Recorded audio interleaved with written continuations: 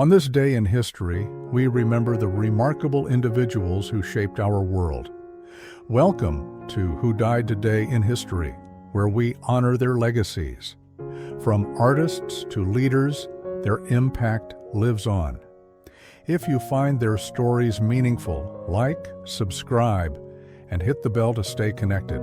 Brinkus, the Emmy-winning host and co-creator of ESPN's Sports Science, passed away at the age of 54 after a battle with depression. His death, confirmed by his family, has prompted an outpouring of tributes from the sports and media communities, highlighting both his professional achievements and his candidness about mental health struggles. Brinkus was renowned for bringing scientific analysis to sports entertainment, demystifying athletic performance through technology and experimentation. His work on sports science earned 6 Emmy Awards and captivated audiences by exploring the physics and biomechanics behind athletic feats. Beyond television, he founded Base Productions and Brinkus TV, further cementing his role as a pioneer in sports media. His passing underscores the often overlooked mental health challenges faced by public figures. Despite his success, Brenkus openly discussed his struggles with depression, aiming to destigmatize mental illness and encourage others to seek help. His death serves as a poignant reminder of the importance of mental health awareness and support. The immediate aftermath of his death saw a wave of condolences from colleagues, athletes, and fans, reflecting his impact on both the industry and individuals. His legacy continues through his innovative contributions to sports media and his advocacy for mental health, inspiring ongoing conversations about the intersection of success, vulnerability, and well-being. In remembering Brinkus, we honor a visionary who transformed the way we understand sports and highlighted the human aspects behind athletic excellence. His work and openness about personal struggles leave an enduring influence on both media and mental health discourse. Janice Paige, the effervescent actress and singer whose career spanned film, Broadway, and television, passed away of natural causes on June 2, 2024, at the age of 101. Her death marked the end of an era that celebrated glamour, resilience, and versatility in the golden age of Hollywood and post-war American entertainment. Living over a century, Paige bore witness to and participated in some of the most transformative moments in 20th century show business. Born in 1922, Paige emerged from the shadows of the Great Depression and World War II with an irrepressible charm and vivacity that made her a favorite on stage and screen. Her passing was serene, befitting a woman whose career was marked by grace, determination, and an abiding optimism even in the face of industry upheaval. In many ways, her longevity and natural death were themselves emblematic of a bygone generation of entertainers who weathered fame without the destructive trappings that consumed many of their peers. The immediate response to her death included heartfelt tributes from colleagues and fans who remembered her for iconic roles in musicals like The Pajama Game and appearances in television staples such as All in the Family. While her passing did not shift the historical trajectory of entertainment in the way a tragedy might, it offered a moment of reflection, a final curtain call that reminded audiences of the richness and diversity of mid-century American performing arts. Paige's death highlighted the values of her era: resilience in post-war America, the embrace of female talent in evolving roles, and the shifting image of women in media. Her career bridged the studio system and the modern age of television, marking a cultural shift where entertainment became increasingly accessible and female performers claimed greater creative control. In remembering Janice Paige, we engage with broader themes of how society commemorates talent and grace that endure beyond the spotlight. Through film archives, Broadway revivals, and retrospective tributes, we keep her memory alive, a testament to the way art immortalizes the individual. Her life and gentle passing remind us that while fame may fade, legacy, especially one built on authenticity and resilience, endures. In honoring figures like Paige, we reaffirm our collective respect for artistry, perseverance, and the quiet dignity with which some lives come to a close. Imogene Coca, a pioneering comedian best known for her work in early television sketch comedy, passed away from natural causes on June 2, 2001, at the age of 92. Her death marked the quiet close of a career that had helped define American television comedy during its formative years. As one of the first female comedians to find national fame in the early 1950s, Coca's passing was not merely the loss of a beloved performer, but a moment of historical resonance, a reminder of the foundational role she played in shaping an entire genre. Coca rose to prominence with Your Show of Shows, a live television variety program that aired from 1950 to 1954, co-starring Sid Caesar. Her unique brand of physical comedy, expressive face, and impeccable timing made her a standout in a male-dominated field. The fact that she lived and died of natural causes, largely out of the public spotlight in her later years, is perhaps a reflection of her era's understated grace. Unlike the sensationalized or tragic ends that many entertainers of later decades suffered, Coca's death felt in harmony with her persona, sincere, enduring, and quietly brilliant. The immediate consequence of her death was a wave of tributes from comedians, actors, and television historians. She was remembered as a trailblazer whose influence could be traced in generations of female comedians, from Carol Burnett to Tina Fey. Though her passing did not provoke political upheaval or societal shockwaves, it prompted reflection on the evolution of American comedy and the vital role of women in its development. Coca's death, while peaceful, illuminated enduring questions about visibility and recognition in entertainment. Her career success occurred during an era when live television was a communal event, bringing families together around a single screen. Yet despite her enormous influence, she often remained in the shadow of male counterparts in historical accounts. Her legacy challenges us to reevaluate who gets remembered and why, a recurring theme in how societies choose to commemorate their cultural architects. We remember Imogene Coca through archival footage, biographies, and the comedians she inspired. Her legacy lives on in the laughter she evoked and the barriers she helped break. Her story reminds us that while fame may flicker, influence, especially when grounded in authenticity and courage, endures across generations. Wes Unseld, one of basketball's most respected figures, passed away from health complications, including pneumonia, on June 2, 2020, at the age of 74. His death marked the loss of a towering presence in the world of professional sports, not just for his physical stature, but for the integrity and leadership he brought to the game both on and off the court. In many ways, the quiet dignity of Unseld's passing reflected the very qualities he championed throughout his life during an era of evolving racial identity, social change, and athletic professionalism.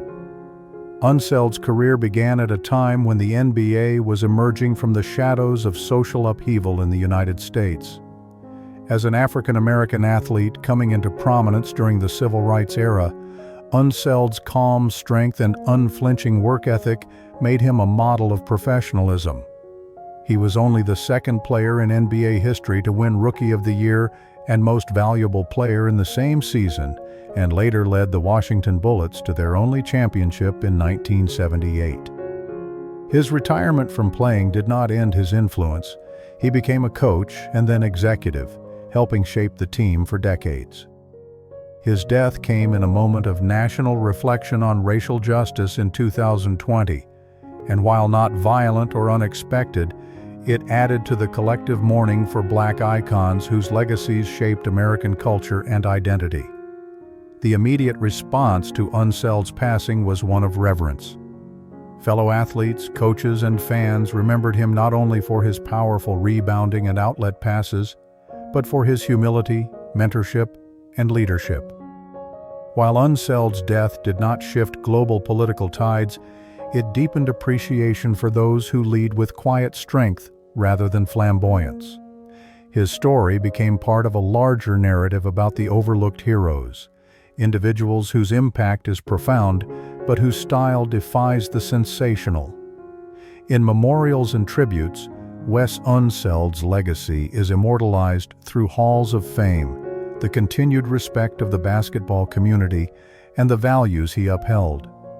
His death, like his life, reminds us that influence is not always loud. It can be steady, principled, and enduring. Through sport, we find reflections of society, and in figures like Unseld, we see the potential for character to outlast even the brightest spotlight. Bo Diddley, born Elas Othabates, passed away on June 2, 2008, at the age of 79, following heart failure. His death was the natural conclusion of a long and groundbreaking life, one that helped shape the foundations of modern rock and roll. While he didn't die in a moment of public spectacle or historical rupture, his passing marked the end of an era, a reminder of how revolutionary cultural figures leave indelible marks, not through violence or politics, but through rhythm, innovation, and audacity. Bo Diddley emerged in the 1950s with a sound that defied traditional structure. His famous Bo Diddley beat, a syncopated rhythm rooted in African musical traditions, was infectious and foundational.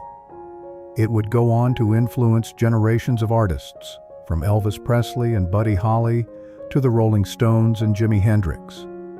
In an era when African American musicians faced systemic racism and marginalization, Diddley's confidence, originality, and genre-defying performances stood as acts of cultural resistance.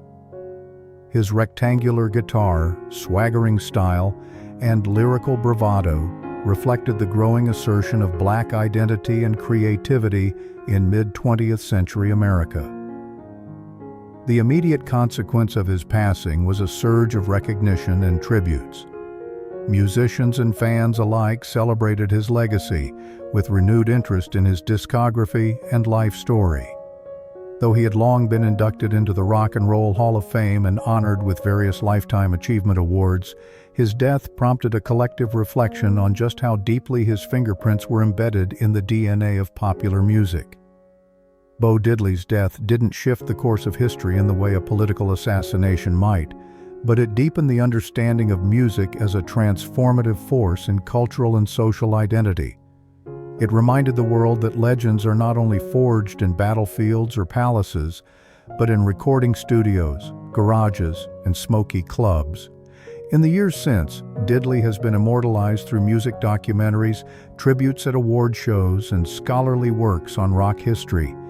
Murals, concerts, and even rhythm patterns in songs continue to echo his influence.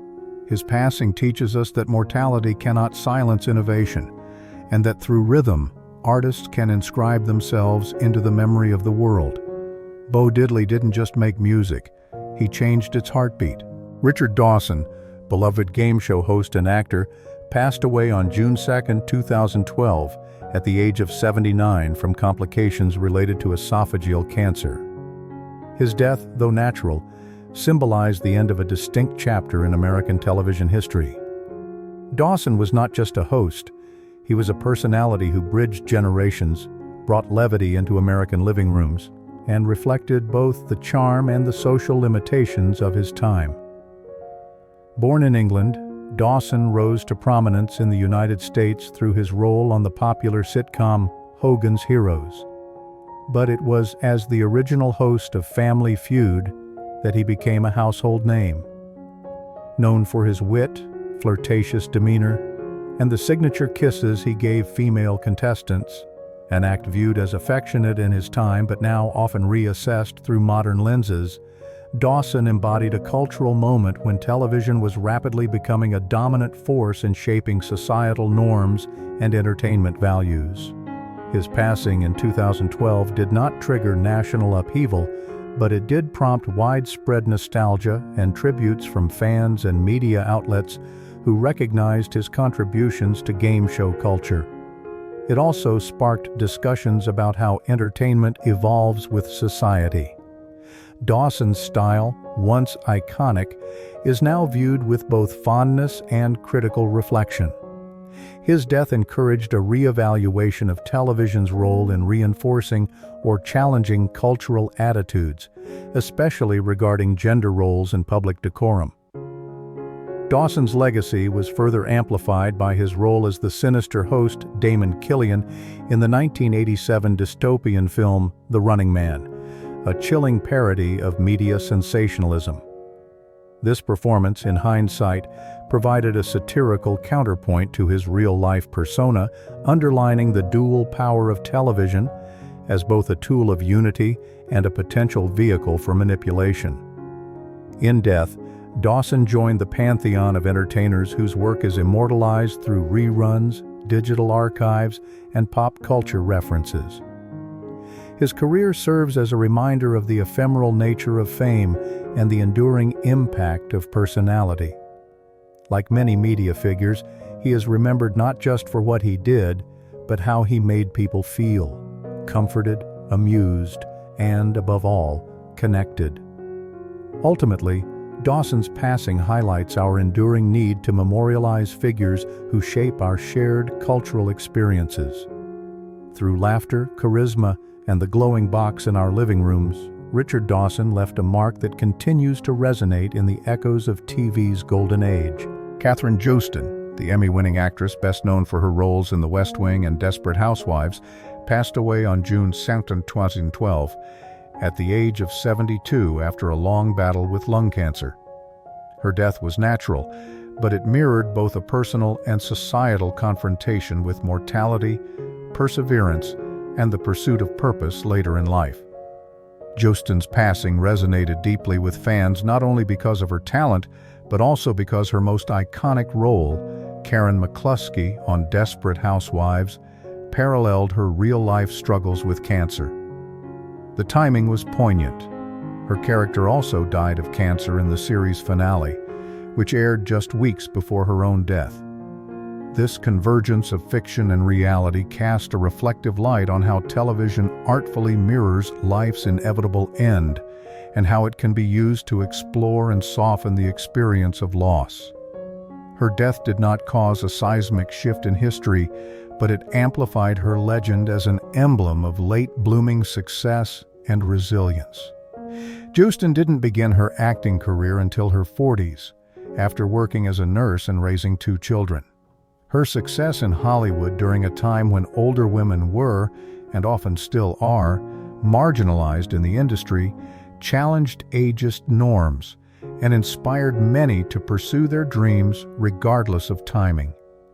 She was a reminder that one's value is not diminished by age, and that meaningful work and recognition can come at any point in life. Joosten was also a vocal anti-smoking advocate, having quit smoking decades before being diagnosed with lung cancer. Her advocacy, both during her life and posthumously, brought attention to the disease and helped destigmatize conversations about health, aging, and death in public discourse. In remembering Kathryn Joosten, society doesn't just recall a sharp-tongued neighbor or a lovable White House secretary. We remember a woman who embodied tenacity, humor, and grace. She has been honored through tributes from fans, actors, and cancer advocacy groups, and her roles continue to resonate through reruns and streaming platforms. Her death underscores humanity's complex relationship with mortality, a mix of fear, defiance, and eventual acceptance. Through her work and the stories she helped tell, Joosten is immortalized, a lasting presence in the cultural tapestry that both mourns and celebrates those who leave us with more than memories. They leave us with meaning. Peter Sallis, the beloved English actor best known for voicing Wallace in the iconic Wallace and Gromit animated series and portraying Norman Clegg in Last of the Summer Wine, passed away peacefully of natural causes on June 2, 2017, at the age of 96. His long life and gentle death stood in contrast to the turbulent eras he lived through, World War II, the post-war transformation of British society, and the evolution of television and film into global storytelling mediums. Sallis's passing marked the end of an era for British television comedy. Last of the Summer Wine, in which he starred for all 37 seasons, remains the longest-running sitcom in the world.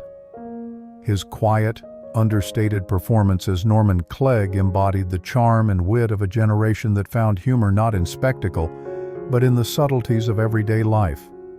His death was mourned across the United Kingdom, where he had become a fixture in homes for decades, his voice and expressions evoking a sense of familiarity and comfort. Perhaps even more internationally significant was his work as Wallace, the eccentric inventor in Aardman Animation's Wallace and Gromit series. Sallis's voice, distinctive, warm, and whimsical, became the soul of a character cherished by children and adults alike. These short films, blending traditional stop-motion techniques with contemporary humor, reflected the postmodern British values of creativity, modesty, and innovation. His contribution helped make Wallace and Gromit a cultural touchstone, even earning the franchise multiple Academy Awards. The immediate consequence of his death was a deep sense of cultural nostalgia and reflection. His passing did not shift global history, but it did remind audiences of the quiet brilliance of character actors, those who, without scandal or grandeur, shaped the soul of popular media. Peter Sallis's legacy continues through the enduring popularity of his work. He is immortalized not through statues or political memorials, but through film, television, and the unmistakable sound of Wallace asking for a bit of Wensleydale. His death invites contemplation of how individuals can shape memory and meaning not through domination or drama, but through consistency, kindness, and craft. In the grand human narrative of mortality and memory, Sallis's life reminds us that gentleness too can be legendary. We honor such figures by continuing to share their stories, laugh at their lines, and remember the warmth they brought into the world. Mel Ferrer, an American actor, director, and producer, passed away from natural causes on June 2, 2008, at the age of 90. His death marked the quiet end of a career that had spanned over 5 decades and touched multiple facets of mid-20th century Hollywood and European cinema. Ferrer, often overshadowed by his famed marriage to Audrey Hepburn, was a significant figure in his own right, embodying the cultural shifts and cinematic transformations of his era. Born into a well-off New York family in 1917, Ferrer came of age during the Great Depression and World War II, an era that saw entertainment become a tool of both escapism and cultural cohesion. His early career reflected the artistic ambition of post-war Hollywood, and his most celebrated role in Lily portrayed a gentle, emotionally complex puppeteer, signaling a departure from more rigid masculine archetypes of previous decades. His involvement in directing films like Green Mansions and producing the acclaimed Wait Until Dark, 1967, with Hepburn showed a man deeply invested in the evolving language of film and performance. The circumstances of Ferrer's death, peaceful, private, and without spectacle, reflected a humility consistent with the less bombastic era of stardom from which he came. Unlike the sudden dramatic losses that often surround celebrities, Ferrer's passing was a whisper rather than a roar. Yet in that quiet departure lay a reflection of values cherished in his time: dignity, craftsmanship, and the enduring power of understated talent. His death did not trigger major historical ripples, but it did prompt reflection among film historians and classic cinema enthusiasts. It served as a gentle reminder of a bygone era of Hollywood, one where stars were often as known for their artistic contributions as for their personal lives. Ferrer's passing, especially in light of his collaborative work with Hepburn, stirred renewed interest in mid-century cinema and the subtleties of cross-cultural storytelling. In remembering Mel Ferrer, we witness the broader human yearning to honor those who shaped our cultural imagination. Through retrospectives, restored films, and biographical tributes, his legacy lives on, not in grand monuments but in reels of film, moments of dialogue, and the nostalgia of black and white elegance. His death, like his life, invites us to consider how art sustains memory and how even quieter lives can cast long, enduring shadows.